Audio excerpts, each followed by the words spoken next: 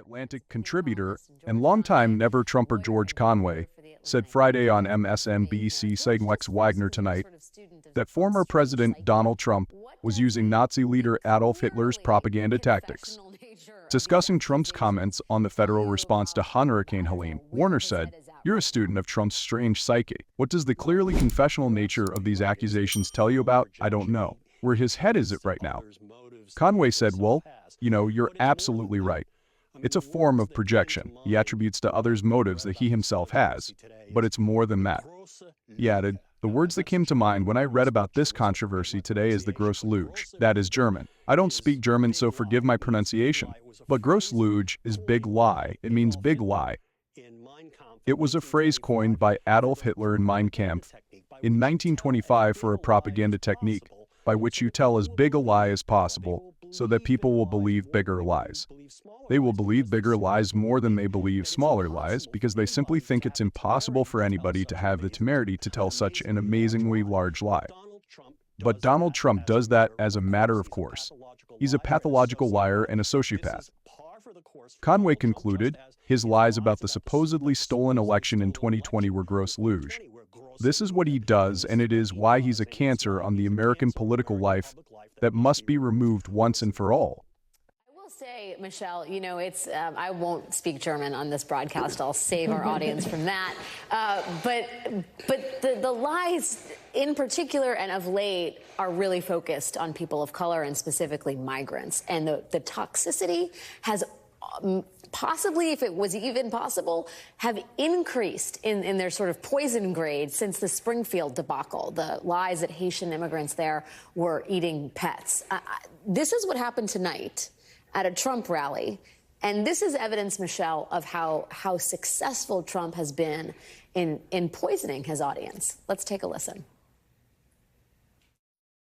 This week, we have learned that not only did 13,000 murderers illegally cross our border, but FEMA is out of money because they have been providing $9,000 to every illegal. Enough is enough. We must put Americans first. How soon will you start deporting the murderers? So let me just tell you that you're right about that. It's 13,099 to be exact, and murderers. Many of these people murdered more than one person. One did 7. These are not people we want in our country. The crime statistics are a whole nother kettle of fish. Some of that happened under the Trump administration. Those numbers have not been verified by NBC News as far as I know.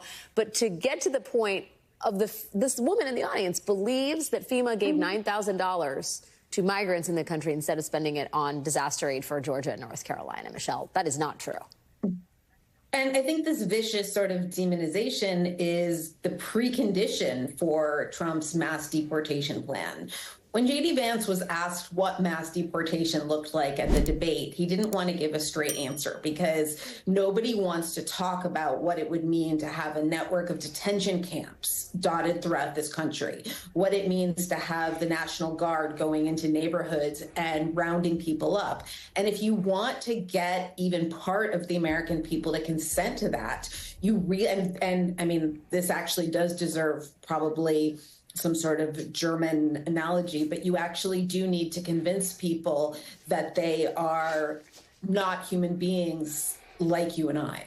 Yeah, I just want to add on the J.D. Vance answer. He was asked explicitly, how are you going to deport maybe what he termed 25 million people who are here without their papers, Michelle? And he outlined how 1 million of them would leave because the wages wouldn't be what they wanted them to be. And the rest, I guess, in the parlance of Mitt Romney, would self-deport. There was no explanation of how that would all work. George, for your former party of Republicans, the even, I think, attempt at the truth has become kind of a fool's errand. Today, as in October 4th, the year 2024, Marjorie Taylor Greene, who is now weirdly, because the party is so extreme, becomes seen as maybe one of the more rational actors in the Republican conference in the House, tweeted yesterday, October 3rd, yes, they can control the weather. It's ridiculous for anyone to lie and say it can't be done. This is a member of Congress, part of the inner Trump sanctum. The truth does not matter, George. No, the truth doesn't matter. In fact, they compete with each other to tell the biggest lies. They are all into the große Lüge. And the phrase that you're looking for, that Michelle was talking about, there is a German phrase, Untermensch. They are persuading the American public that people who come from other countries are beneath them, beneath man, beneath human. And this is the kind of poison that the Republican Party is spreading now. It is really, really sick.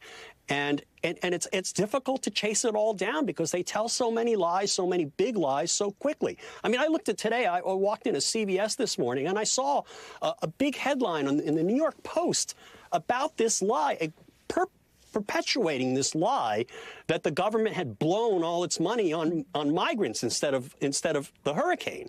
And you know, it's chasing down all these lies is hard and difficult work, and it gets in the way of people actually getting help. I will say, Michelle, you know, I think it's laudable that FEMA has created its landing page to debunk these rumors, but you put that effort up against Tucker Carlson out there, about Elon Musk, about any number of right-wing actors propagating these lies, the unbridled enthusiasm for disinformation that is the internet. And I wonder if you have a thought about how, for example, Kamala Harris should be handling this. You know, she came out with a statement, Biden came out with a statement. You know, what is the correct pushback on a topic in particular where Republicans have mud on their hands at best? They have consistently refused to fund FEMA. It is funded through these stopgap funding measures in Congress. The irony here is so thick you couldn't even slice it. I mean, look, she has to go out and be on the ground and just talk about what the government is doing and calling out Donald Trump's lies over and over again. But I don't think that that's an antidote. And this is what people were worried about when Elon Musk bought Twitter. You know, a lot of times you can ignore the fact that Elon Musk has spent this enormous fortune to buy himself a microphone for his own boundless narcissism. But when you have a natural disaster, that is a situation in which you need reliable information. And what they're doing is something vicious and cruel to the people in those regions who need to know who they can trust. I mean, they're telling, you know, some of the lies that are out there are that FEMA is going to confiscate your supplies, you know, that FEMA can't be trusted. And so what does that do to somebody who needs to go to FEMA for help? They're, you know, instilling fear and paranoia in people who are already deeply, deeply traumatized. And this is only going to get worse, because if you have a party that denies climate change, that calls it a hoax, as Donald Trump says, and there's going to be more and more climate-related disasters, they can only explain that with recourse to ever-escalating conspiracy theories. Yeah, that's such a good point, right? They don't want to do anything about climate change. Red states tend to be on the forefront of climate change. They don't want to fund FEMA, which is the last, you know, saving grace for people in harm's way. And then they're going to lie about migrants who help propel the American economy in a fundamental way. George, do you have a thought, I guess, about what Harris or Democrats or anybody who still lives on Earth One should be doing in a moment like this, when the lies are so they're so malicious? I think you have to point out how malicious and how big the lies are, and try to get people to understand the propaganda technique of the große Lüge that's being employed here, because they're employing it all the time. I mean, look at Trump's, I mean, these lies are just as credible as his claim that the 80,000 Harris supporters that you saw populate her rallies after she became the presumptive nominee were all artificially created by AI. I mean, you know, there is no end. He's just trotting out big lie after big lie after big lie, and I think it just can't be understated how much of a pathological liar this man is, and how much of a permission structure he's created for other Republicans and his supporters to pass on these pathological lies. It's a sickness, and I think we have to nip it in the bud by pointing it out and saying that if you want to have a stable democracy under the rule of law, this has to be out of bounds. These kinds of lies, this isn't shading about on the margins about how great